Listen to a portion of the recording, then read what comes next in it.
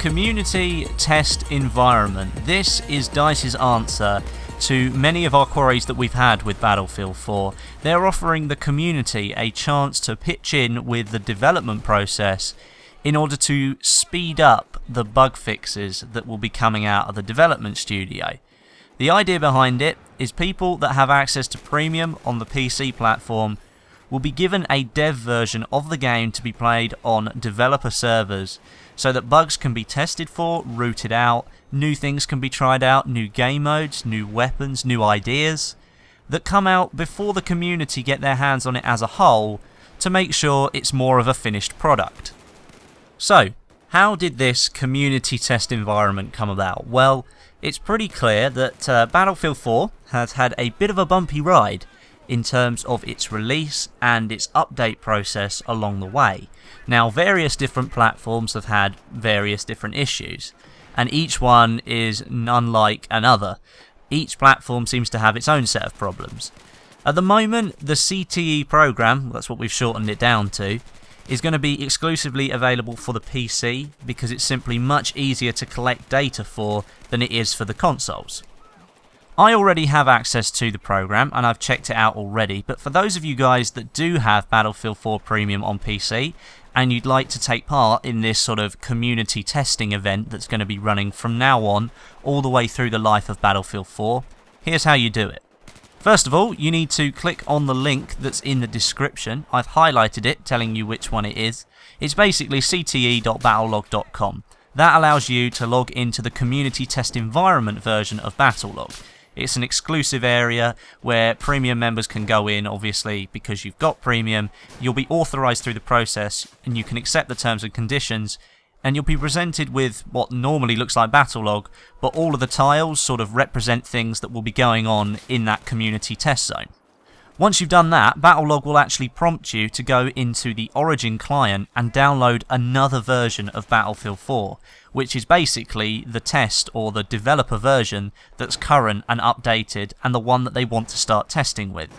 I found that it was about a 15GB download, which wasn't too bad. It took around maybe half an hour for me to download that. I don't have the best internet connection in the world. But once you've got that down, you can then look in the multiplayer section on the CTE Battlelog and you'll be able to see a list of servers that have been set up specifically for this purpose.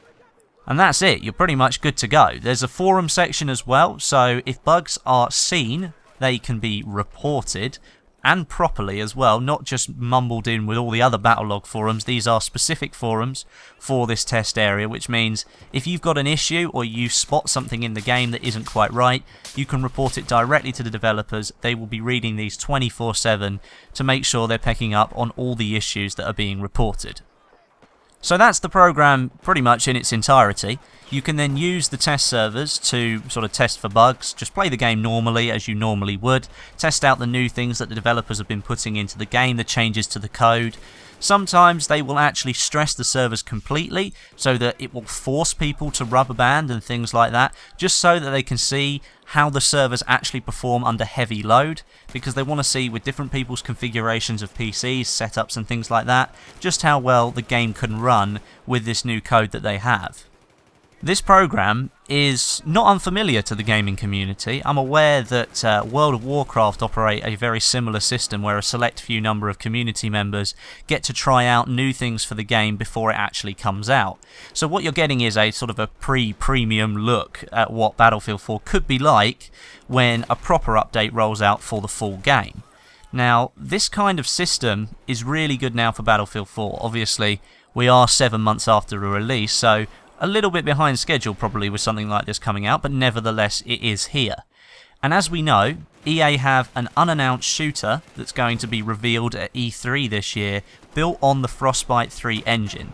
So some of the developments that we could make in this program here with Battlefield 4 could potentially translate across to EA's new shooter, which means overall the engine will be better developed, more fluid, and would probably work better overall. So I think it's benefiting everybody here, the community, EA, DICE, and any other developers that are going to be using the Frostbite engine.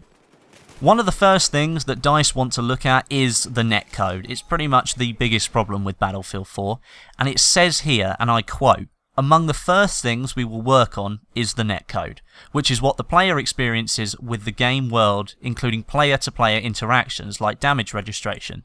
This involves tweaking the tick rate of the servers and networking in general. Bam, there we have it. DICE's first mention of a change in tick rate for the servers for Battlefield 4. We had a 10Hz tick rate for Battlefield 3 and a 10Hz tick rate for Battlefield 4. Battlefield 3 wasn't as hectic, so you didn't notice it as much. It was still blatantly obvious that you were being shot round the corner sometimes. But if there could be any change to the tick rate that didn't have any damaging effects on the gameplay and any other aspects of the game, we could finally be looking at an increase in tick rate, which could potentially mean your position on a map is updated to the server more times a second than it is currently, which means you're truly represented on the server that little bit more, which hopefully should reduce the amount of times you think you've been one-shot killed, you think you've been shot round a corner, which can only be a good thing. So, what are you waiting for? You better go and click that link down in the description right now. Just as I might note, this is a limited sort of program at the moment. I've been inducted myself along with a select other group of YouTubers and sort of game journalists and things like that. Anyone who's been prevalent in the community, we've already been inducted into it. But spaces are limited and there's no sort of time frame if this is going to be expanded at all. So if you want to have a direct influence on how Battlefield 4 actually functions, works, plays, things that are included in it, and you want to be one of the first people in the world to play something like that, then go click the link down below right now and get yourself signed up to this program. You'll get a chance to really get ahead of the community and have a heavy influence on any issues that come up with Battlefield 4 and even new game modes, new additions and things like that. Overall, I think it's a really good opportunity. Potentially should have come along a little bit earlier from DICE, but as I say, nevertheless, it's here now. But that's about it for today, guys, so thank you very much for watching. Can you please give this video a like today? There are lots of other people that I'm sure would like to have an influence on Battlefield 4, so it would be really good to get this video out there so other people can see what this sort of program is actually about. But until next time, my name is Westy, and I'll catch you guys in the next video.